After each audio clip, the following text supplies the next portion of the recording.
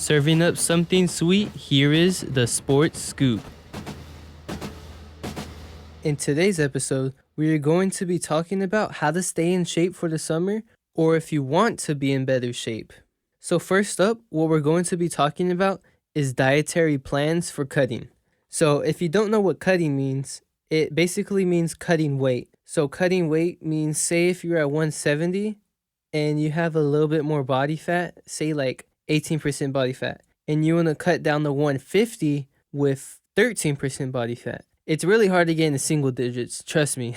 I mean, it's near impossible, but we're going to keep our goals realistic here. So one thing that helps me out, and I believe can help y'all listeners out at home, is water.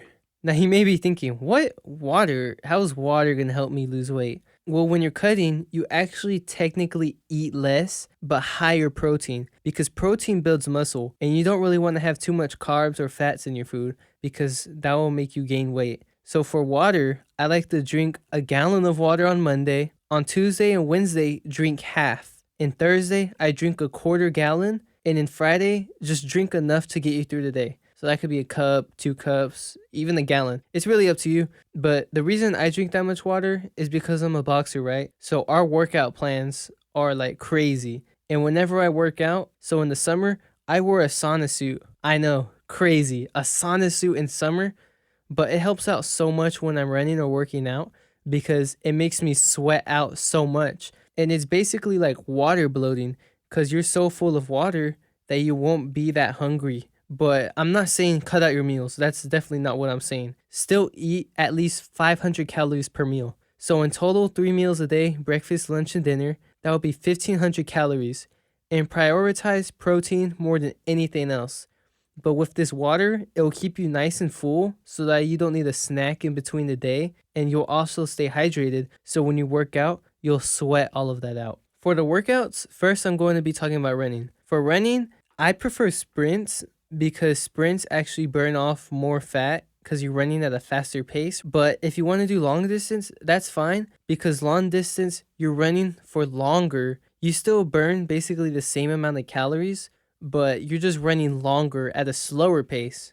So if you can't really sprint that fast, you should do long distance. And it also helps get a nice sweat going. If you have that sauna suit on, you're nice and sweaty after. And then that's where the water comes back in play to rehydrate, replenish. I don't recommend any Powerade, Gatorade, no sugary drinks like that because those are full of sugars. And sugars for me actually kept me above the weight I needed to be. And once I cut out sugars and drinks, I started losing weight like crazy.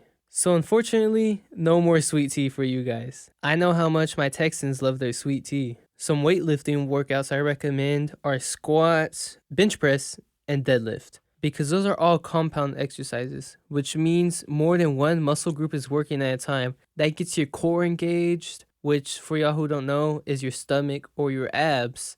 That gets that engaged. And it gets your arms and legs. And then it's really a good struggle. Have you ever heard that phrase, hurt so good? That's what that means because it hurts like bad, but at the end, it's so worth it. It feels good after because you start to feel sore and then you could see the gains and you could just feel them coming in. But it's not just about the workouts. It's about the workout split. So for y'all who don't know, a workout split means routine. So my routine I like to do is Monday, chest, triceps, and traps. Now the triceps are behind your biceps. So they're the arm muscle that's facing backwards.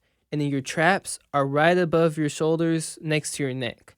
And then Tuesday, I do back, biceps, and forearms. Wednesday, legs and shoulders. And then Thursday, chest, triceps, and traps. Friday, back, biceps, and forearms. And then my rest day is Saturday.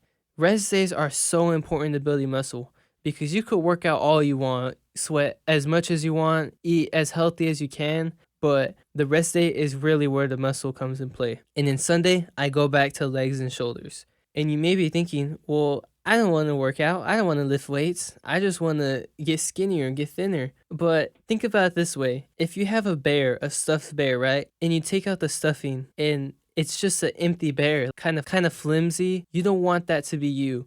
The stuffing is the fat.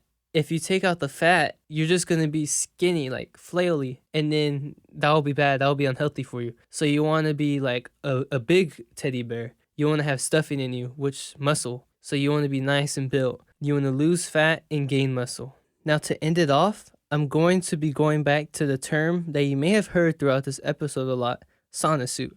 You may have been thinking throughout the episode, now what is a sauna suit?